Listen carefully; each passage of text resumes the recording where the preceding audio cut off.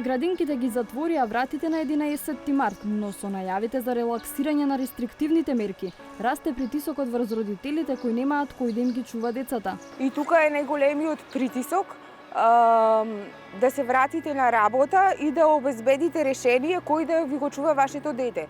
Комисијата за заразни болести веќе подготвува препораки за тоа како би можело да се организира работењето на градинките. Се упатени мерки на намалување на бројот на децата во самите институции. Теренот се подготвува и на политичко ниво, но надлежните засега кажуваат само како, а не и кога ќе се отворат градинките. Фросина Факова Серафиновиќ е мајка на 6-годишниот Јован, кој до појавата на коронавирусот одел во градинка. Што ти фали најмногу од градинка? Да работи. А што играте со мама, нешто правите? Боиме и сутаме и правиме шашовни пентен. Родителите на Јован се новинари, професија без фиксно работно време, па затворените градинки се голем предизвик за ова семејство. Со работа од дома, Фросина нашла начин да се грижи за Јован, но ова не може да биде долгорочно решение. Јас сум од Прилеп, мојот сопруг е од Куманово и тука немаме баби и дедовци да ни го чуваат детето. И нашето единствено решение е и градинката и понатаму нели училиштето.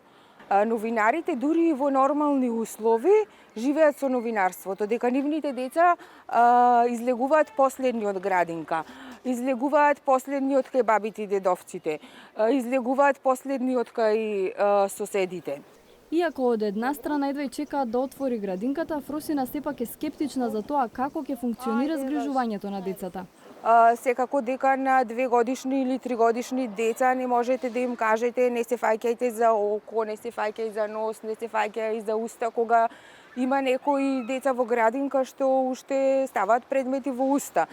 И секако тука се раѓаат многу прашања како ќе се изведе сето тоа, со оглед дека знаеме дека занималните во градинките што ги имам видено се многу мали и децата претходно во нормални услови беа некаде и над 30 деца во една занимална.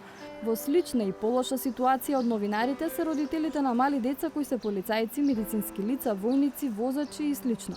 Сепак на голем дел од родителите кои се во можност да го користат, не им се брза да го прекинат платеното отсуство од работа. Моментално и сопругата моја е дома исто од работа, работи онлайн и јас исто работам, таква не работата, така да на тој начин се снаоѓаме. Се снаоѓаме, сопругата е во образование, така да она останува дома, јас на работа и така. На прашање дали веднаш би го пуштиле детето во градинка, што би одговори? Не, можеме да имаме и други солуции кои што можеме дали на боледување, дали на некој друг начин за да или кај родителите. Бабите и дедовците пак во едни примери се поштедени од чување на внуците зашто се во ризична група, но во други и во вонредни услови го преземаат товарот на свој грб. Родителите си одат на работа. Не им е гајле. Ние, баба и дедо, по цел ден со нив. Од сабајле до вечер. И кога ќе дојдат, малце и тие ќе поиграат со нив, па мие и така. Се снаоѓаме. Колку точно родители сакаат децата да им се вратат во градинка ја интересира и државата. Изминативе 2 недели Министерството за труд и социјална политика испрати прашалници до сите родители чии деца пред кризата одеа во градинка. Од одговорите ќе зависат многу работи. Една од нив, вели директорката на градинката Фидани Гзиме Бакиу, е колкави ќе бидат групите. Од територијата на Чаир, која покриваат со 6 објекти, вели дека малку родители сакаат веднаш да се отворат градинките. Ata prin të cilët kanë nevojë të sjellin fëmijët tash në kopsht, ishte diku në numri 75 fëmijë. Për në të ardhmen 105. Врз основа на овие податоци има ли услови да се намалат групите и да бидат од 5 до 10?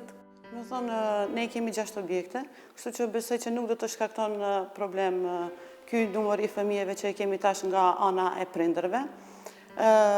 Për aktivitete të ndryshme ne gjatë kohës së verës dhe ashtu i bëjmë jashtë në obor. Освен за големината на групата, се прават и други подготовки. Во Бубамара, во општината Аеродром, прават вонредни дезинфекции на просториите, играчките и дидактичкиот материјал, а се средува и дворот.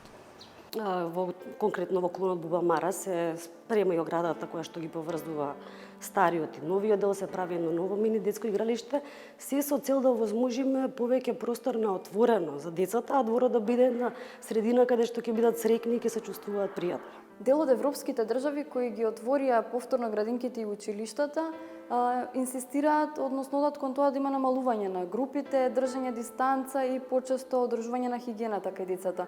Дали е тоа возможно кај нас? Да, возможно и ќе мора да го направи. Но сепак ќе мора да ги почекаме протоколите за да видиме на кој начин ќе треба тоа да го организираме. Од Комисијата за заразни болести велат дека веќе разгледале неколку насоки кои ги доставиле лекарите, но за конечна одлука се чека предлог и од Министерството за труд и социјала, што подоцна ќе го достават до владата. Даден предлог за двосменско работење во 2 смени, каде што децата на некој начин и хранењето меѓусебно ќе го извршуваат во 2 смени. Значи, едната група ќе јаде во одреден временски период, другата во друг временски период. Околу креветчињата, каде што дечињата би спиеле, би требало да функционират на некој начин, стар начин, проверен, да младжињата и главите бидат свртени во друга насока, односно нозете и главата и нозете главата на другото дете и меѓусебен простор од 1,5 метар раздалеченост. Од Министерството за труд и социјала не кажуваат кои се нивните предлози за организирање на работата на градинките. Единствениот став од таму е дека децата нема да останат незгрижени. Министерот за здравство Венко Филипче пак најави дека од оваа недела треба да започне генералниот скрининг за COVID-19 кој ќе ги опфати и воспитувачките. Сите вработени ќе бидат тестирани и негователки и целиот останат персонал кој што работи во градинките. Кога кажувам за неколку опции, во предвидзиаме по неколку часови оставање, понатаму начин на кој што би се организирале помали групи, но сакаме да донесеме решение кој што навистина ќе може да се имплементира, да не биде само решение кое што ние ќе го донесеме и на хартија изгледа добро, да се пази дистанца и така натаму, а децата не може тоа да се очекува да го почитуваат нормално. На родителите кои мораат да тргнат на работа со олабавувањето на мерките единствено чари им останува помошта од бабите и дедовците или поддршката од работодавците за користење платено отсуство за чување дете до 10 години.